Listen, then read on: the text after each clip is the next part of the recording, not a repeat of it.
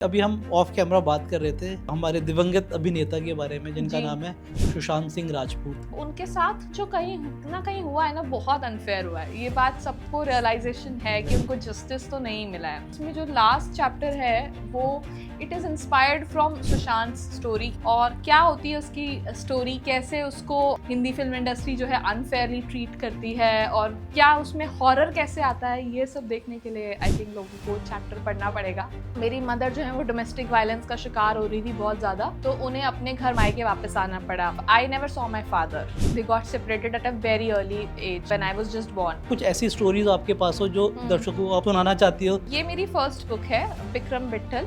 So it's a take on Vikram and Vetal की folklore. This is मेमोआ। ये बिल्कुल ही अलग जॉनर है, शॉर्ट कलेक्शन ऑफ पोएम्स और म्यूजिंग्स है। थर्ड वन जो हेशेट ने अभी पब्लिश करी है, इट हैज कम 2025 हैलोवीन में, कॉल्ड क्रीपी क्रॉलीज। अभी आप एक कविता की बात कर रही थी। मैं कम लिखती हूँ आजकल, पर जब जब लिखती हूँ तब तब तुम्हें याद करती हूँ। सोचती हूँ जो तुम होते तो इस लेख पे कितना गर्व करते, मेरे हर व्यंग पर तुम कितना हंसते।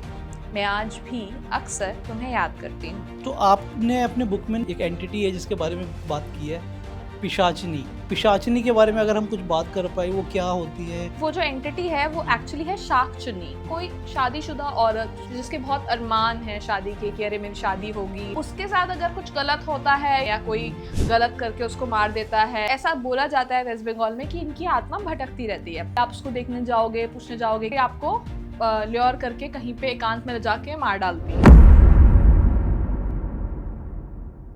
नमस्कार दोस्तों, एक बार फिर आप लोगों का स्वागत है विजनरी वॉइस बॉक्स के एक और धमाकेदार पॉडकास्ट में।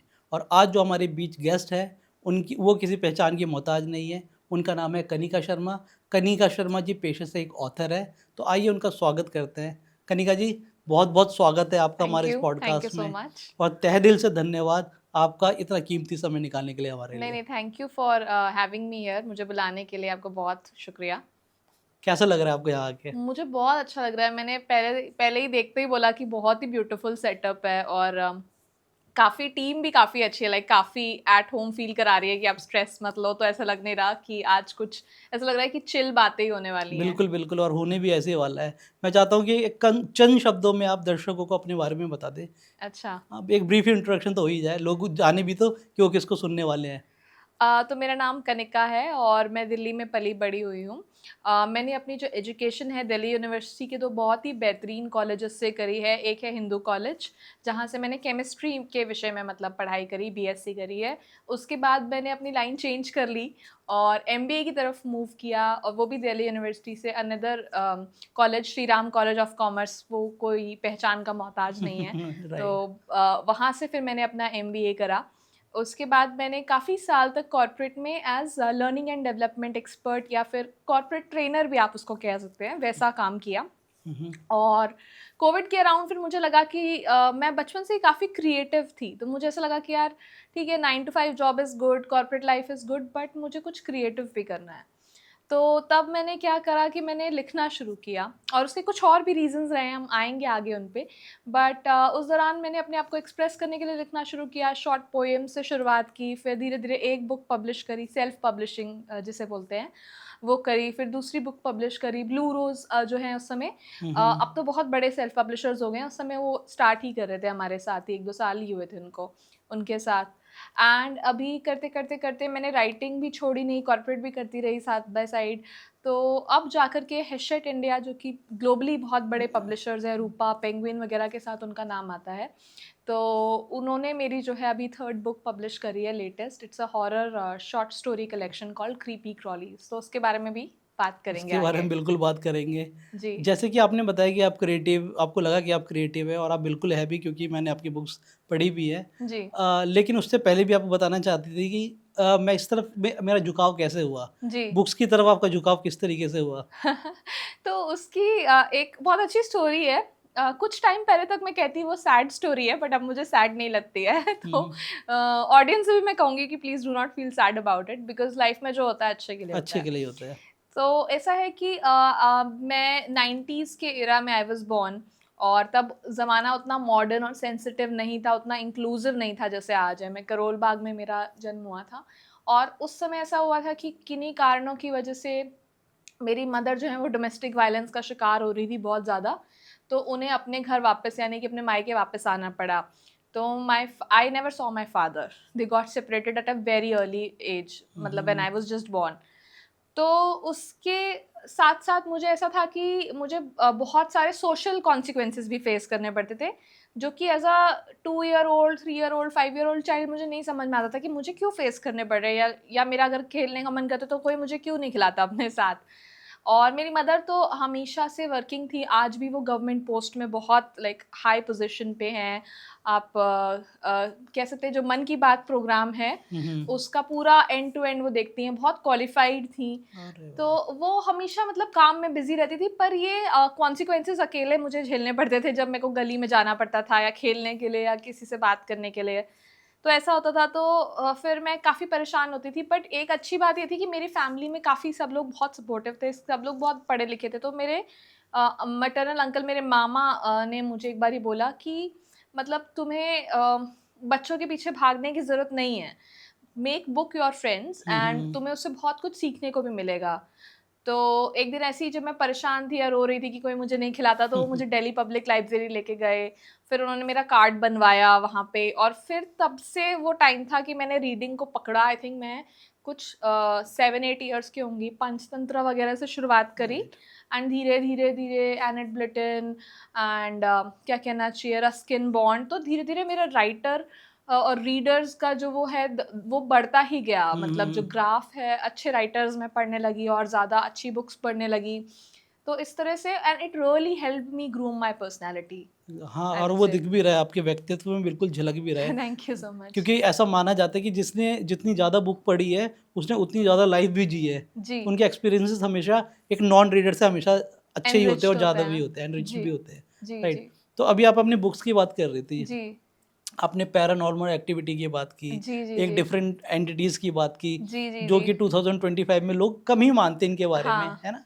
लेकिन मैंने आजकल बहुत सुना है इनके बारे में। हाँ। तो मैं चाहता हूँ कि कुछ ऐसी स्टोरीज़ आपके पास हो जो हुँ, दर्शकों को आप सुनाना चाहती हो, हुँ। जिससे इम्प्रेस होके या प्रभावित होके वो आपकी बुक्स को पढ़ने के इच्छुक हो। जी, जी, बिल्कुल सही। बट पहले एक बार ऑडियंस के लिए मैं अपनी बुक्स दिखा हाँ, देती हाँ, हूँ बिल्कुल, और बिल्कुल। थोड़ा-सा बता भी देती हूँ। राइट। तो ये मेरी फर्स्ट बुक है, Vikram Vitthal. So it's a take on Vikram and Vetal की फोकलोर इंडिया से। मैं फोकलोर से हमेशा से बहुत प्रभावित रही हूँ, पता नहीं for some reason. Then this is memoir, ये बिल्कुल ही अलग जॉनर है, शॉर्ट कलेक्शन ऑफ पोएम्स और म्यूजिंग्स है, जो जो भी मेरे दिल की बातें वगैरह, पोएम्स, इमोशनल, ये सब मैंने इसमें लिखा है। एंड देन ये है थर्ड वन जो हेशेट ने अभी पब्लिश करी है, this Halloween, it has come 2025 Halloween में, कॉल्ड हुँ, क्रीपी क्रॉलीज। तो ऐसा होता है कि ये जो इंस्पिरेशन है बुक्स की, ऑथर्स वगैरह की, तो हमें अपने आसपास की लाइफ से ही मिलती है। एग्ज़ैक्टली। तो एक तो मुझे लगता है कि इंडिया में ना अच्छे हॉरर राइटर्स नहीं हैं। हुँ। अगर हम में से कोई, जैसे मैं हॉरर की बहुत बड़ी फ़ैन हूँ, ठीक है? मेरे को सीरीज़, हॉरर मूवीज़ देखना बहुत पसंद है।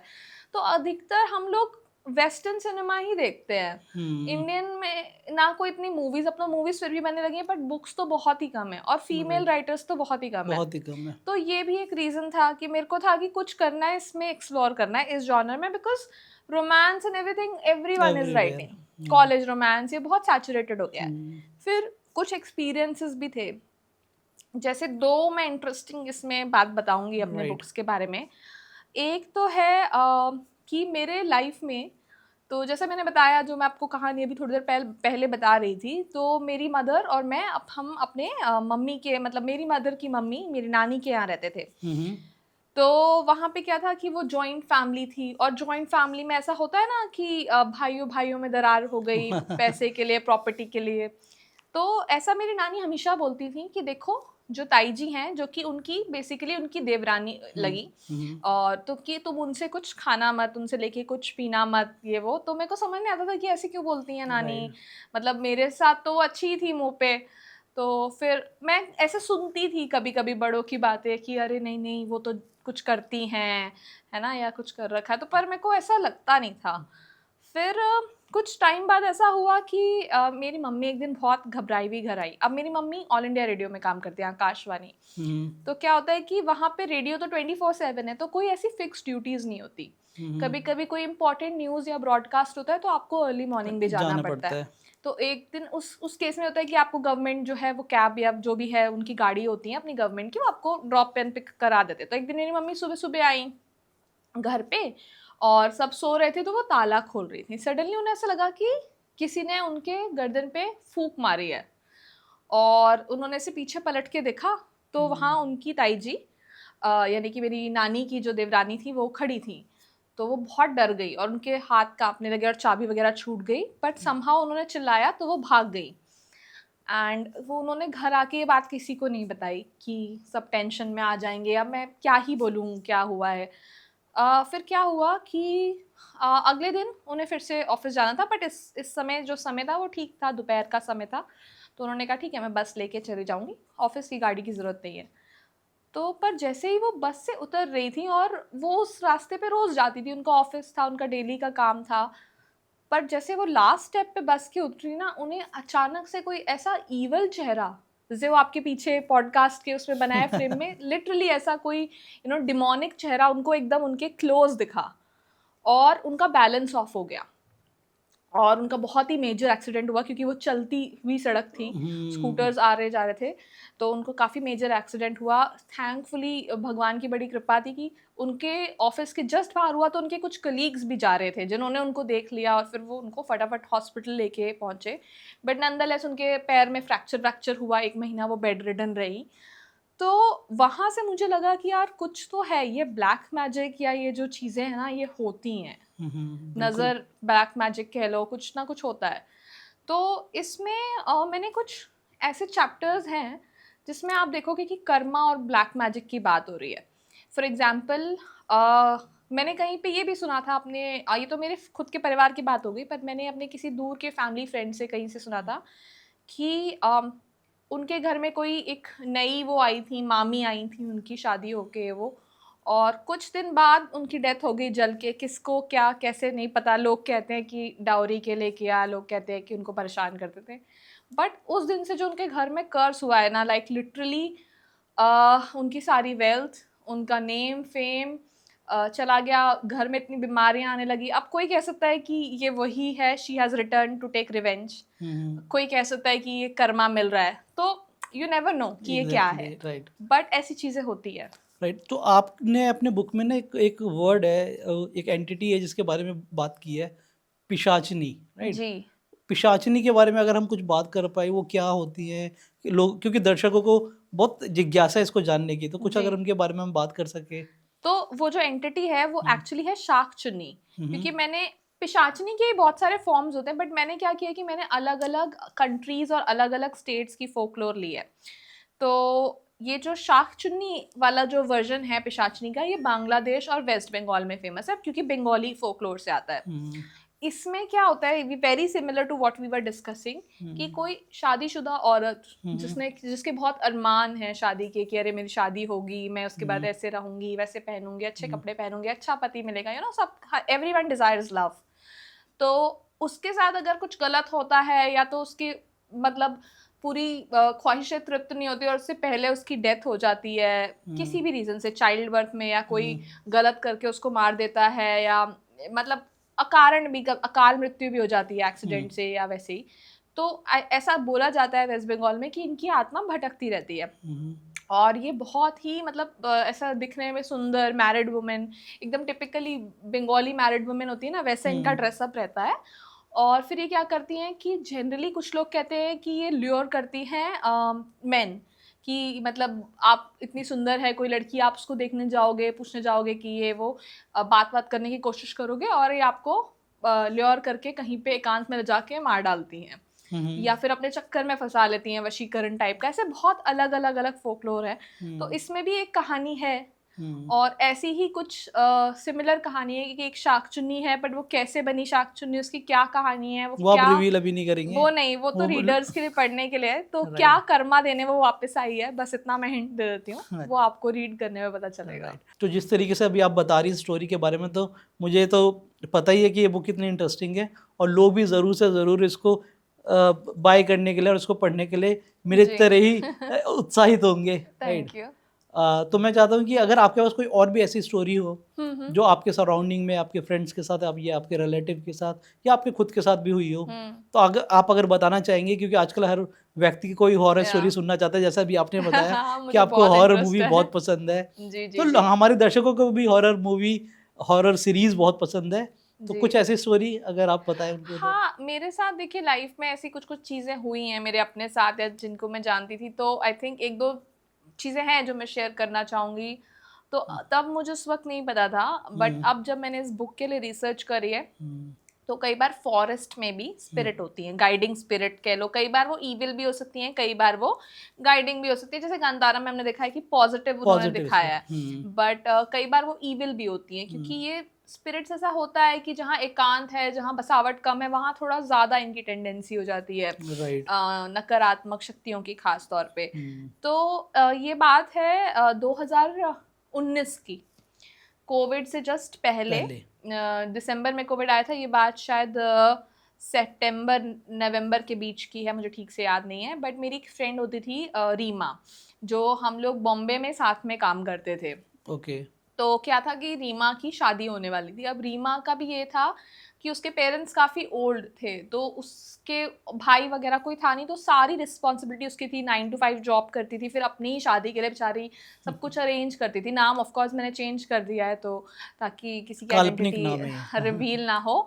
बट जो है वो काम मतलब बहुत ज़्यादा, लाइक अपने ऊपर सारा जाके डेकोरेशंस का देखना, फिर केटरिंग का देखना, फिर उसको पेमेंट करनी है, इसको पेमेंट करनी है, सब A to Z बहुत खुद काम होते मैनेज हैं। कर रही थी। तो कई बार उसको लेट भी हो जाता था। तो एक दिन ऐसा ही हुआ कि ऑफिस में काफ़ी लेट हो गया, एंड शी सेड कि मेरे को अभी अपने लहंगे की फिटिंग के लिए भी जाना है। मतलब मुझे अगर आज मैंने फिटिंग नहीं करी तो बहुत मतलब मिल नहीं पाएगा शादी की डेट तक, तो मुझे आज कैसे भी जाके देना ही है। और हमारा ऑफिस मान लो आप अंधेरी ईस्ट में होता था, और उसको जाना था बैंड्रा, तो थोड़ा दूर था, इतना पास नहीं था। तो उसने, और फिर उसका घर, अपना खुद का घर था मीरा रोड की तरफ। तो गई बैंड्रा, फिटिंग विटिंग करके, कुछ ऑल्ट्रेशन वॉल्ट्रेशन करके, मेरे ख्याल से उसको 1 आधे घंटा लग गया। मैं बीच बीच में उससे पूछ रही थी कि ठीक है पहुंच गई है वो। तो फिर उसने बोला नहीं नहीं, अभी तो मैं बैंड्रा से निकल रही हूँ। तो मैंने कहा कि 9 बज गए हैं, तेरे को तो बहुत लेट हो जाएगा। नहीं नहीं कोई नहीं, आज मैं ऑटो कर लूँगी, लोकल नहीं करूँगी, तो जल्दी पहुँच जाऊँगी। तो मैंने कहा ठीक है। तो जब मीरा रोड की तरफ जाते हैं, कई बार वहाँ पे थोड़ा सा एक ऐसा भी रास्ता आता है जो थोड़ा सा फॉरेस्ट एरिया से होकर जाता है। अगर आप हाईवे ना लो, शॉर्टकट के चक्कर में अंदर अंदर से कराना चाहो, तो वो वहाँ से आई थिंक वो जा रही थी या क्या। तो उसने मुझे, हमें ये बात खैर अगले दिन बताई या बाद में हमें पता चली ये बात। तो वो एक ऐसे फॉरेस्ट लोकेशन में उसने कैब ली थी, जाने ऑटो लिया था, बट वो मतलब रुक गया वहाँ पे आते ही उसका auto. And she told me later कि उसका जीपीएस भी काम नहीं कर रहा था सडनली। गाड़ी रुक गई है, ऑटो या जो भी था वो, और जीपीएस भी काम नहीं कर रहा, फ़ोन में सिग्नल्स नहीं आ रहे, वो किसी को कॉल नहीं कर सकती। तो उसको सडनली बहुत ज़्यादा घबराहट हो रही थी। एंड ऑटो वाला जो था उसको भी डर लग रहा था, उसको अलग तरह का डर लग रहा था कि मेरे साथ एक लड़की बैठी, कहीं मेरे पे कुछ इल्ज़ाम ना लगा दे, या इसके साथ कुछ हो गया तो मैं फंस जाऊंगा या जो भी है। तो वो भी घबराया हुआ था। पर वो बूढ़े से अंकल थे, अच्छे थे। तो उन्होंने, वो बार बार उसे बोले थे कुछ फिक्र मत करो, मैं कुछ देखता हूँ, ये कुछ देखता हूँ, ये वो। तो ऐसे सब हुआ। उन्होंने टायर वायर चेक करा, उन्होंने सारा अंदर देखा खोल वोल के कि सब ठीक है, क्या प्रॉब्लम है पता नहीं चल रहा। इतने में उसको बहुत ही अजीब सा मतलब फील होने लगा, जैसे गूज बम टाइप्स के। जबकि इतनी ठंड नहीं होती है बॉम्बे में सितंबर अक्टूबर में जितनी दिल्ली में, तो फिर भी थोड़ी हो जाती है, बट वहाँ नहीं होती है। तो उसको बहुत ही, और मतलब धुंधला धुंधला, धुआं धुआं सारे में ऐसे होने लगा, तो उसको कुछ अजीब लगा। तो वो हनुमान जी की बहुत बड़ी भक्त थी, और उस दिन शायद ऐसे ही कुछ ट्यूसडे या सैटरडे भी था। तो उसका ये था कि वो प्रसाद चाहे कितना भी लेट हो रही हो चढ़ाती थी। तो उसने मतलब अपने बैग से वो पैकेट निकाला, उसने उसको पकड़ा, और उस पर अक्सर एक वो टीका लगा होता है हनुमान जी का, उसने ऐसे हाँ। लगाया और उसने मन में याद किया, हनुमान चालीसा पढ़ना शुरू करा। और सडनली जो उसको कहीं से कुछ कुछ फील हो रहा था, या वियर्ड कुछ आवाज़ें दूर कहीं से सुनाई दे रही थी, वो धीरे धीरे कम होना शुरू हो गई। फ़ोन में अचानक सिग्नल और जीपीएस ऑन होने लगा। तो फिर उन्होंने कहा कि भैया आप एक बार दोबारा ट्राई कर लो, इस बार शायद चल जाए प्लीज़। तो उन्होंने कहा ठीक है। तो उन्होंने दोबारा जो भी ट्राई वाई करते हैं, किक स्टार्ट जो भी होता है टर्म, वो उन्होंने करा। उसके बाद जो है 2-3 बार के ट्राई में वो चल गया। तो उसने कहा कि अब आप रुकना मत भैया, अब जितना तेज भगा सकते हो ना यहाँ से भगा दो। तब तक दोनों को ये हो गया था कि आज कुछ गड़बड़ है, कुछ हो जाता गलत। तो उन्होंने भी नहीं रुका, इसने भी बताती गई ये फटाफट मैप पे देख देख के, और बस हनुमान जी का नाम ले लेके वो लोग वहाँ से बाहर निकले हैं। तो उसने लिटरली मतलब जब वो अगले दिन पहुंची उसने मुझे बोला कि कल तो मुझे हनुमान जी ने बचा लिया, नहीं तो वो क्या था, क्या चीज़ थी, क्या शक्ति थी मुझे नहीं पता, बट हमारा काम हो जाता उस दिन। तो राइट। हाँ चलिए, ये तो ये सारे एक्सपीरियंसेस आपने इंक्लूड ज़रूर किए होंगे। जी अब मैं चाहता हूँ कि अभी हम ऑफ कैमरा बात कर रहे थे हमारे दिवंगत अभिनेता के बारे में जिनका जी नाम है सुशांत सिंह राजपूत। जी तो मैं चाहता हूँ कि आप भी उनके बारे में जो भी आपने इंक्लूड किया है अगर बुक में, और नहीं भी आपके अपने क्या थॉट प्रोसेस है उनको लेकर, आप कैसे परसीव करती है उनकी स्टोरी, अगर उसके बारे में अगर हम बात करना चाहें तो। श्योर। आई थिंक सुशांत या ऐसे सारे एक ऐसे अभिनेता हैं जो जिनकी डेथ को इतना टाइम हो गया, थिंक 2020 में शायद उनकी 20 डेथ हुई थी, I am not sure, but I think काफ़ी साल हो गए, 3-4 साल हो गए, और लोगों ने उन्हें जीवित रखा हुआ है अभी तक अभी अपने तक। मेमोरीज में, अपनी बातों में, या ट्विटर या एक्स पे देख लें या सोशल मीडिया पे देख लें, लोग आज भी। मतलब लगते, क्योंकि आई थिंक वो बहुत ही ब्रिलियंट माइंड थे, बहुत ही डिफरेंट पर्सनालिटी थे देन यूजुअल मीडिया पर्सन। दूसरा वो उनके साथ जो कहीं ना कहीं हुआ है ना, बहुत अनफेयर हुआ है, ये बात सबको रियलाइजेशन है कि उनको जस्टिस तो नहीं मिला है। तो ये भी मेरा एक रीज़न था, जो इसमें जो लास्ट चैप्टर है वो it is inspired from Sushant story, क्योंकि ऑफ कोर्स मैं डायरेक्ट नाम नहीं लेना नहीं। चाहती थी, मैं डायरेक्ट नहीं लिखना चाहती थी कि सुशांत की स्टोरी है, बट एक मैंने ट्राई किया कि एक इंस्पिरेशन लेके कि उनके बारे में बात हो, उनकी स्टोरी के बारे में बात हो। और मुझे बहुत खुशी होती है जिन लोगों ने भी पढ़ी है, जब वो मुझे आके कहते हैं ये सुशांत से इंस्पायर्ड है ना, ये कैरेक्टर सुशांत से इंस्पायर्ड है, तो मुझे बहुत खुशी होती है कि लोग बात कर रहे हैं, या जब एक बात आती है एक ब्रिलियंट एक्टर की, एक डिफरेंट मेवरिक एक्टर की, तो लोग सुशांत से उसको जोड़ते हैं, तो मुझे बहुत अच्छा लगता है। और ये जो लास्ट कहानी है, हालांकि इसमें मैंने कुछ एक नया ट्विस्ट दिया है, ये एक एआई हॉरर के बारे में बात करता है।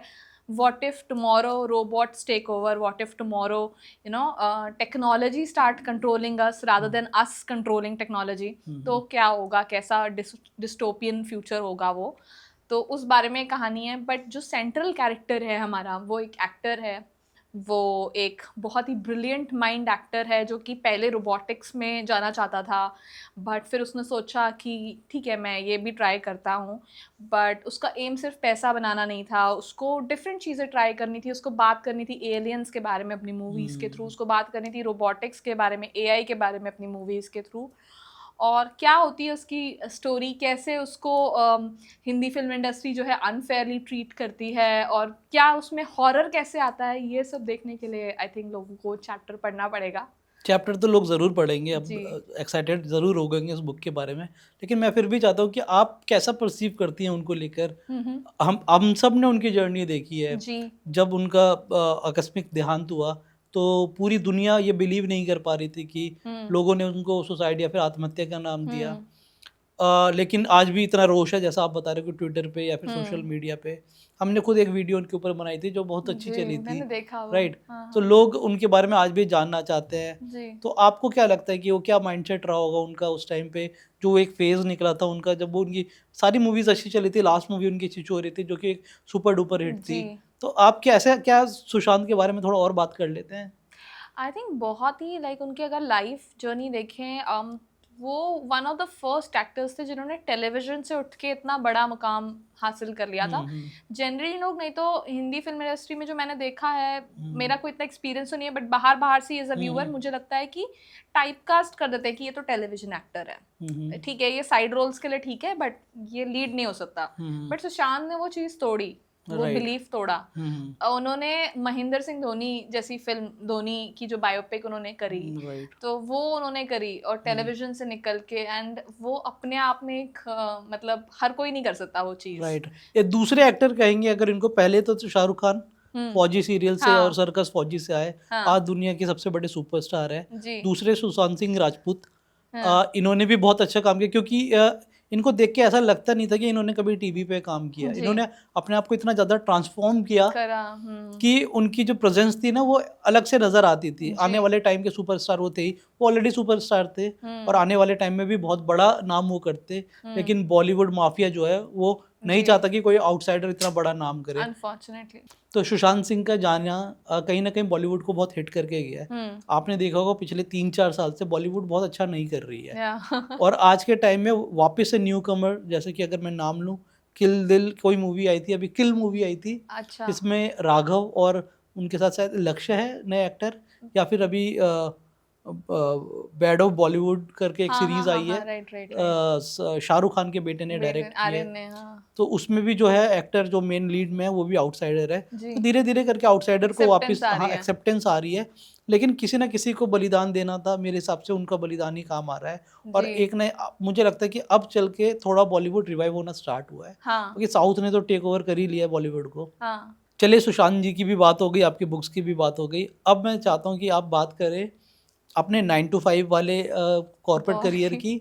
साथ ही साथ में हमारे बहुत सारे व्यूअर्स ऐसे हैं जो आज भी 9 to 5 के ट्रैप में फंसे हुए हैं, जी और मैं बहुत सारे ऐसे लोगों को जानता हूँ जो बहुत ज़्यादा टैलेंटेड है। जी। वो अगर अपना पोटेंशियल कहीं और यूज़ करे हम्म। तो वो बहुत अच्छा कर सकते हैं अपने जीवन में, जी लेकिन उनके पास एक ऐसा फियर है, एक ऐसी लाइफस्टाइल मेंटेन करने का। ऐसा माना भी जाता है कि वो जो 9 to 5 जॉब के बाद जो पर्क, यानी आपको जो सैलरी मिलती है, वो एक नशे के तौर पे है, जो आपको अपना जो ड्रीम है ना उसको आपको भूलने पे मजबूर कर देती है। ट्रू। क्योंकि आपको पता है कि 30 दिन काम करने पे 31वें दिन आपके पास सैलरी आ जाएगी, लेकिन जब आप बुक लिखते हैं या फिर जब आप किसी क्रिएटिव फील्ड में जाते हैं, ट्रू। तो आपको पता है कि सक्सेस यूं नहीं मिलेगी, लेकिन एक दिन ज़रूर मिलेगी, ये विश्वास। साथ ही साथ में उनको अपना घर भी चलाना है, राइट। तो आपको कैसे ये माइंडसेट से निकल कर आए, कैसे सेंस ऑफ सिक्योरिटी आपके पास आई, आपने 9 to 5 को क्विट किया और आप फुल टाइम अब आप अपने ऑथर हैं या फिर आप ओपन माइक करते हैं, तो जी। माइंडसेट को शिफ्ट करने के लिए और किसी को इतना बड़ा अगर डिसीजन लेना हो तो उनको क्या क्या चीज़ों का ध्यान रखना पड़ेगा? वेल सबसे पहले तो मैं इसमें एक बात है जो बहुत इम्पॉर्टेंट है, वो ये है कि बचपन से ही मैं पहले भी कभी 9 to 5 नहीं करना चाहती थी, या मेरा बहुत ज़्यादा ऐसे, कुछ लोग इसको एम्बिशियस बोलेंगे, मैं इतनी कोई एम्बिशियस नहीं थी कि मेरे को बहुत हाई पेड जॉब्स या मेरे को कॉर्पोरेट लैडर में बहुत ऊंचा करना है। मेरा एकेडमिक्स की तरफ ज़्यादा रुझान था। मैं हमेशा से ही क्लास में जो टॉप स्टूडेंट्स होते हैं उनमें थी, तो मुझे पढ़ाई करना बहुत अच्छा लगता था, चीज़ों के बारे में जानना। अभी भी मेरा ये नेचर है कि अगर कोई like may be it's a simple English word that I don't know, या फिर may be it's a technology update that I don't know, पर अगर कोई उसका जिक्र करता है तो मेरा इंस्टेंट होता है कि मैं एक बार गूगल करके उसका थॉरो रीड करती हूँ। तो वो मेरा नेचर है, वो आई थिंक हर कोई they are born with different traits, but ये it worked in my advantage. तो मुझे, जो मैंने केमिस्ट्री की भी पढ़ाई इसलिए करी, मैं चाहती तो इंजीनियरिंग करके जैसे लोग बोलते हैं कि तभी सेट हो सकती थी या सेटल हो सकती थी कि 4 साल बाद डिग्री मिल जाएगी, जॉब आपको कहीं ना कहीं मिल जाएगी, इनिशियली पे कम होगी, धीरे धीरे धीरे स्विच कर करके आप इधर उधर से बढ़ते जाओगे, बट मुझे वो नहीं करना था। ऑल्दो मेरे घर में सब लोग बहुत पढ़े लिखे हैं, मेरी मदर फादर क्या कहते हैं, मेरे जो मामा हैं, मेरी मासियाँ हैं, सभी लोग बहुत ही प्रीमियम इंस्टीट्यूट से उन्होंने पढ़ाई करी है और अच्छे डिग्रीज़ उनके पास हैं। तो फिर भी मुझे ऐसा था कि पढ़ाई मुझे करनी थी, क्योंकि मुझे लगता था वो इम्पॉर्टेंट है लाइफ में, आपको एज अ पर्सन भी ग्रो करती है, बट मुझे था मैं रिसर्च में जाऊँगी। तो अनफॉर्चुनेटली जो हमारा करिकुलम है अभी इंडिया में वो इतना अच्छा नहीं है, बहुत ज़्यादा बुक बेस्ड है। तो मैंने करा, मुझे मज़ा नहीं आया उसमें। तो फिर मुझे लगा कि यार चलो कुछ हैंड्स ऑन भी करके देखते हैं, मे बी अगर रिसर्च की क्वालिटी इतनी अच्छी नहीं है, और उस टाइम इतनी अफोर्डेबिलिटी नहीं थी कि मैं बाहर यूएस यूके यहाँ से कहीं से मास्टर्स कर लूँ या पीएचडी कर लूँ। तो इंडिया से ही करना था और इंडिया में उतना था नहीं, तो मुझे लगा कि यार चलो कुछ हैंड्स ऑन या प्रैक्टिकल करके देखते हैं, एमबीए करके देखते हैं। मे बी अगर मैं अपना एक एक्स अमाउंट अपने लिए सेव कर पाऊँ तो मैं खुद की ही मास्टर्स या वो फंड कर सकती हूँ। हाँ, अफोर्ड कर सकती हूँ। तो ऐसा हुआ, तो फिर मैंने एग्ज़ाम वगैरह दिया, मेरा एग्ज़ाम क्लियर हो गया कैट का या जो भी था, मैंने एसआरसीसी में एडमिशन लिया, पढ़ाई करी। मुझे अच्छा लगता है कुछ डिफरेंट सीखना। तो अगर आप साइंस बैकग्राउंड से फिर सडनली एमबीए में जाते हो, अकाउंट्स इकोनॉमिक्स, तो काफ़ी कुछ नया था, मुझे काफ़ी मज़ा आया। बट अगेन जो कॉर्पोरेट लाइफ है ना, वो थोड़ी सी ऐसी है कि मुझे लगता है मैं एज अ पर्सन नहीं कर पाती, क्योंकि एक तो मैं बहुत ब्लंट हूँ, मैं किसी भी चीज़ को बहुत डिप्लोमेटिकली नहीं बोल पाती हूँ, ये मेरा शॉर्ट कमिंग है। मैं ऐसा नहीं कह रही कि बहुत अच्छी बात है, क्योंकि आज के ज़माने में आपको होना पड़ता है diplomatic. Unfortunately it's not a very good trait कि आप नहीं हो। तो मेरे को लगा कि वो मेरे सक्सेस थोड़ी बहुत हिंडर कर रहा था, बट मेरी अच्छी बात ये थी कि मेरा स्किल सेट बहुत स्ट्रांग था। मैं जो भी चीज़ करती हूँ तो बहुत उसके इन डेप्थ चली जाती हूँ। तो मेरा कोर बहुत स्ट्रांग था, टेक्निकल नॉलेज बहुत स्ट्रांग थी। तो डिस्पाइट मैं पीपल्स पर्सन नहीं थी, पीपल प्लीजिंग नहीं थी, फिर भी मुझे ड्यू प्रमोशंस या वो सब मिला। बट मैं परेशान हो जाती थी। मैं मेंटली मैं कहूँगी कि अगेन मैं बहुत अच्छी चीज़ नहीं बोलती इसको, बट ये है कि मुझे लगता है कि मेरी रेजिलियंस आज जितनी है उस समय उतनी नहीं है। तो मैं पॉलिटिक्स और वो सब में नहीं पढ़ पाती थी। राइट। कि यार ये अगर कोई मुझे पता भी है कि ये गलत कर रहे हैं, पॉलिटिक्स कर रहे हैं, तो मैं कैसे उसका वो करूँ। तो मुझे और प्लस जैसे मैंने आपसे कहा कि मुझे सब पता था कि यार मेरे को इतना कुछ करना है। मैं हर दिन मुझे ऑलमोस्ट ऐसी फीलिंग आती थी कि यार मैं इसके लिए नहीं बनी हूँ, ये क्या कर रही हूँ मैं। यार जाती हूँ सुबह, मेट्रो पकड़ती हूँ, ऑफिस जाती हूँ, इतना मेरा पूरा दिन वहीं निकल जाता है। आती हूँ इतनी थकी होती हूँ, सो जाती हूँ, मैं कुछ कर ही नहीं रही हूँ। मुझे मज़ा ही नहीं आता। मुझे लगता था मुझे यार ऐसा लग रहा है कि आप मेरी बात कर रही हैं। हाँ, मे बी क्रिएटिव लोगों के साथ ये ये होता प्रॉब्लम है। होती है। और कोई बुराई नहीं है, हर तरह के लोग होते हैं। अगर आप क्रिएटिव की जगह आपके अंदर वो वाली टेंडेंसी ज़्यादा है कि एम्बिशियस ज़्यादा, तो दैट इज़ ऑल्सो गुड यार, गुड फॉर एग्जैक्टली। यू। हाँ। But unfortunately there are some people who are born with this trait. और मुझे पर्सनली ऐसा होता था कि यार मैं हर दिन अपना वेस्ट कर रही हूँ। मुझे मुझे भी कुछ बनना है, मुझे कुछ होना है, और उसका उस बनने और होने का मतलब सिर्फ न्यूमरेशन की टर्म्स में या रेनुमरेशन की टर्म्स में नहीं नहीं था। है, नहीं है। तो हाँ। उसका मतलब था कि लोग मुझे जाने, मेरे काम को जाने। हम्म। तो फिर ऐसा कुछ हुआ कि पर्सनली मैं एक 2020 के अराउंड में बहुत ही एक टुमल्टस पीरियड से अपने लाइफ में गुजर रही थी। बहुत हार्ट ब्रेक मेरे लाइफ में चल रहे थे। क्या इसके बारे में बात कर सकते हैं? हाँ, बात कर सकते हैं, बात थोड़ी लंबी हो जाएगी। कोई बात नहीं, हमारे पास बट टाइम है। ये है कि मेरी एक मैंने इससे पहले, अभी तो मैं खुश हूँ अपनी लाइफ में, सेटल्ड हूँ अपने हस्बैंड के साथ, बट मेरी एक शादी हुई थी जो कि चल नहीं पाई। और जब आप लाइफ में ओवर अचीवर होते हो ना, जब आपने हमेशा सिर्फ टॉप ही किया होता है और आप लाइफ के एग्जाम में फेल हो जाते हो, तो आपको ऐसा होता है कि यार ये क्या हो गया, ये क्या हो गया, मैं फेल कैसे हो ऐसे गई। कैसे हो गया। हाँ। हाँ, मैंने क्या गड़बड़ कर दिया, मैं तो सही सही कर रही थी, सारी चीजें टिक कर रही थी। तो मुझे समझ नहीं आया। प्लस मेरा आई थिंक ये मदर का के वहां से भी मेरा ट्रॉमा आ रहा था, क्योंकि मैं नहीं चाहती थी कि मेरे साथ वैसा हो जैसा उनके साथ हुआ या क्या। तो आई थिंक, और मैं इतनी ज़्यादा इंट्रोवर्ट हो गई थी लाइफ में बचपन से चीज़ें देख देख के, कि मैं किसी से शेयर नहीं कर पाती थी। तो फिर मुझे किसी ने सजेस्ट किया कि तुम थेरेपी लो, तुम जाओ बात करो थेरेपिस्ट से। तो फिर मैंने बात करी। मैं थेरेपिस्ट से भी उतनी बात नहीं कर पाती थी, तो उन्होंने मुझे एक सजेशन दिया जो मुझे काफ़ी अच्छा लगा। उन्होंने कहा, तुम why don't you right, right. जो तुम फील कर रही हो, जो तुम बोल नहीं पा रही हो, व्हाई डोंट यू राइट, अगर तुम नहीं बोल पा रही तो मैंने कहा कि हाँ, इसमें पॉइंट तो है। तो फिर मैंने क्या किया कि जो भी मैं फील करती थी उस समय, बहुत इमोशनल, सैड, तो मैंने पोएम्स लिखना के स्टार्ट। थ्रू और हाँ। सब लिखना स्टार्ट किया। और मैं अपना नाम नहीं लगाती थी कहीं पे भी।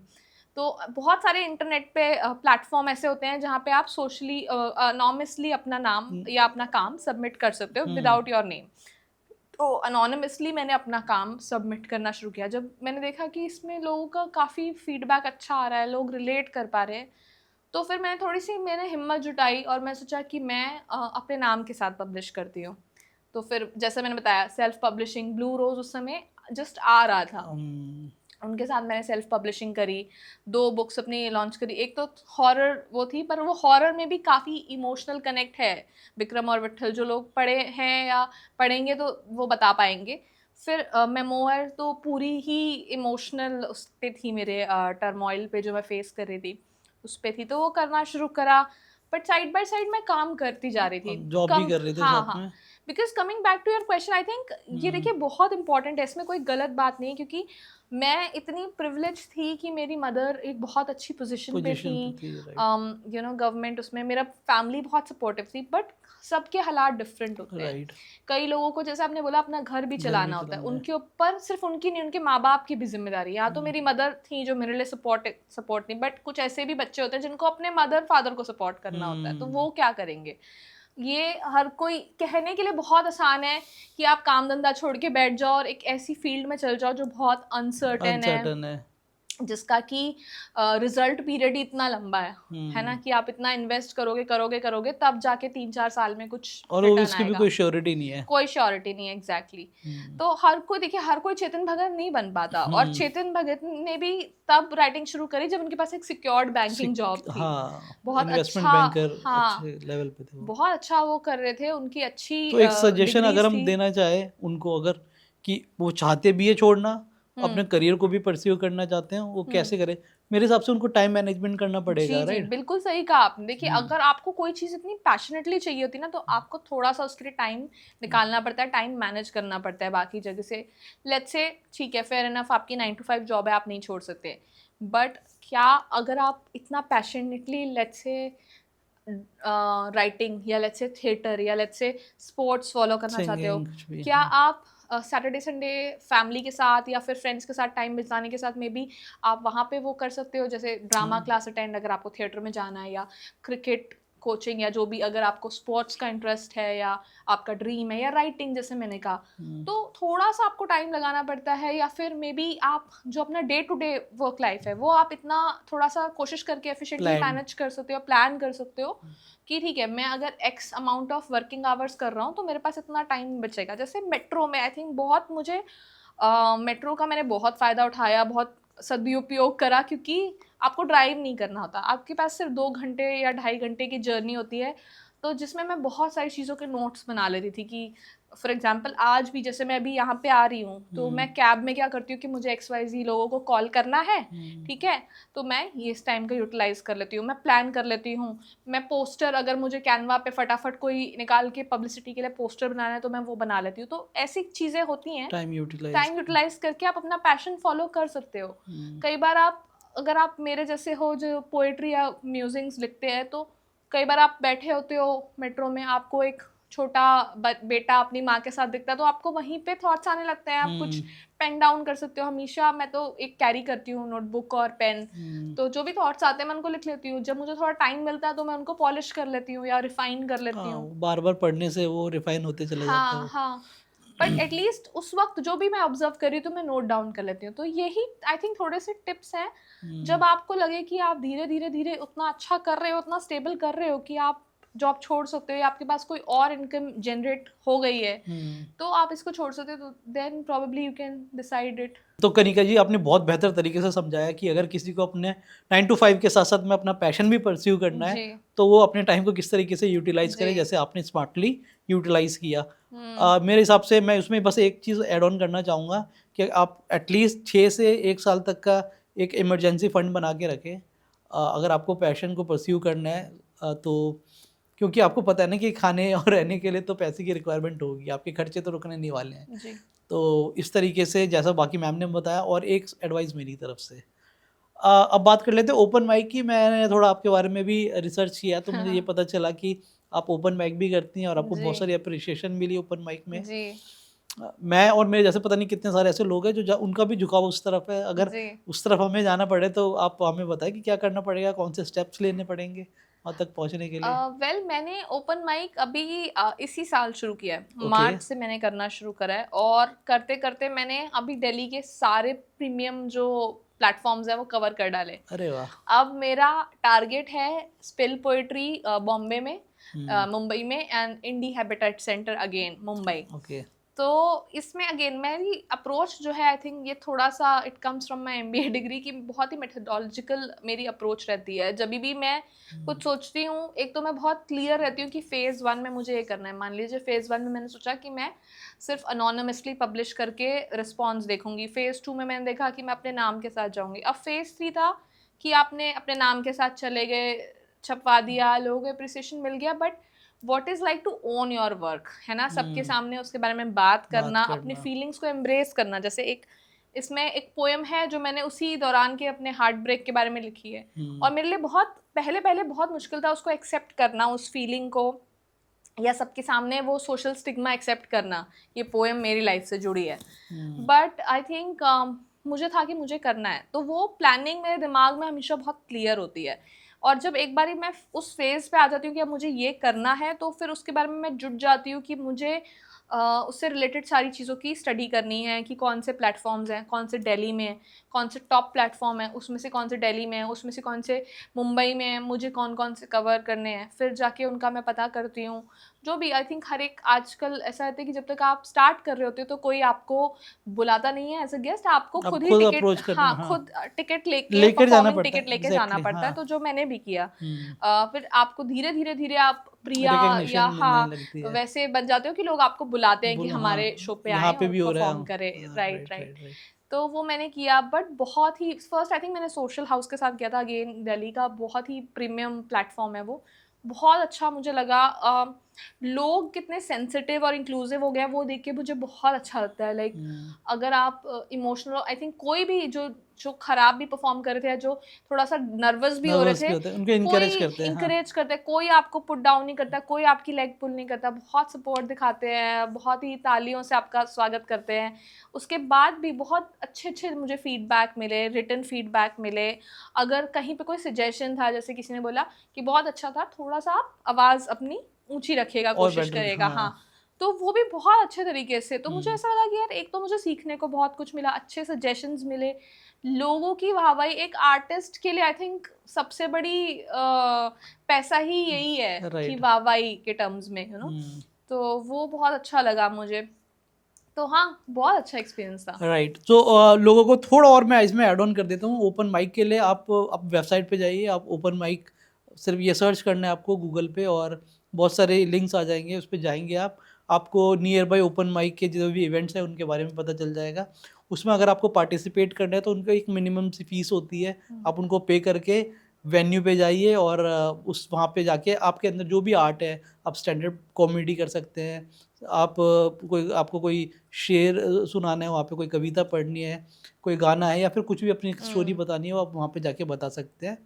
वहाँ पे गेस्ट होंगे, जो पार्टिसिपेंट होते हैं वो भी एज एन गेस्ट भी होते हैं, वो वहाँ पे आपकी स्टोरी सुनते हैं, आपको अप्रिशिएट करते हैं, और वहाँ पे हल्का हल्का आपको रिकग्निशन मिलना स्टार्ट हो जाता है। आपको समझ आ जाता है कि आप इस फील्ड में आगे जा भी सकते हैं या नहीं जा सकते। तो ये मैंने सही सम अप किया बिल्कुल, इसको। बिल्कुल, बहुत अच्छा। और बहुत एक चीज़ और कि आपको नए दोस्त भी मिलते हैं। अगर नए आप दोस्त मेरी तरह मिलते हैं, हैं कि हाँ। आप उतना आसानी से किसी को अप्रोच नहीं कर पाते फ्रेंडशिप के लिए, तो यहाँ पे आपको बहुत सिमिलर माइंडेड लोग मिलते हैं, अच्छी हाँ, फ्रेंडशिप हो जाती है। Right, right, right. तो अभी आप एक कविता की बात कर रही थी, तो मैं चाहता हूँ कि इस पॉडकास्ट के माध्यम से वो कविता आप यहाँ पे भी सुनाएं, और लोगों तक उसको पहुँचना बहुत ज़्यादा ज़रूरी है। अरे मतलब बाप मैं आपको रे! नहीं जाने दूंगा बिना इसको सुनाए। ठीक है, तो हाँ, मैं राइट। ये हाँ, बता सकती हाँ। हूँ। तो कविता का नाम कुछ है, मैं अक्सर तुम्हें याद करती हूँ। मैं अक्सर तुम्हें याद करती हूँ। मैं अक्सर तुम्हें याद करती हूँ, और जब करती हूँ तो अपने आप से चंद सवाल करती हूँ। मैं अक्सर सोचती हूँ कि तुम कैसे होगे, कि तुमने खाना खाया होगा या नहीं, जो खाया होगा तो क्या खाया होगा, क्या आज भी मिल्क केक तुम्हें इतना ही पसंद होगा, और क्या आज भी बैंगन तुम्हें उतना ही गुस्सा दिलाते होंगे। मैं अक्सर तुम्हें याद करती हूँ, तुम्हारे बारे में सोचती हूँ। तुम क्या करते होगे, क्या आज भी रात रात भर ऑफिस का काम करते होगे या थोड़ा आराम भी करते होगे। आज भी जब देश और दुनिया में कुछ बड़ा होता है तो मैं अक्सर तुम्हें याद करती हूँ, सोचती हूँ तुम इस बात पे क्या कहते, उस बात पे तुम कितना बौखलाते। मैं कम लिखती हूँ आजकल, पर जब जब लिखती हूँ तब तब तुम्हें याद करती हूँ। सोचती हूँ जो तुम होते तो इस लेख पे कितना गर्व करते, मेरे हर व्यंग पर तुम कितना हंसते। मैं आज भी अक्सर तुम्हें याद करती हूँ। जब फ़ोन खोलकर हमारी तस्वीरें देखती हूँ तब अक्सर तुम्हें याद करती हूँ। ना चाहते हुए भी जब वो शादी की एल्बम, वो कार्ड और सुर्ख जोड़ा लाल देखती हूँ तो तुम्हें याद करती हूँ। मैं अपने आप से चंद सवाल करती हूँ। मैं सोचती हूँ कि क्या ये चीज़ें तुम्हें भी यूं ही परेशान करती होंगी। मैं अक्सर तुम्हें याद करती हूँ। मैं आज भी घंटों फ़ोन की तरफ टकटकी लगाए देखती हूँ, शायद मैं आज भी तुम्हारा इंतज़ार करती हूँ।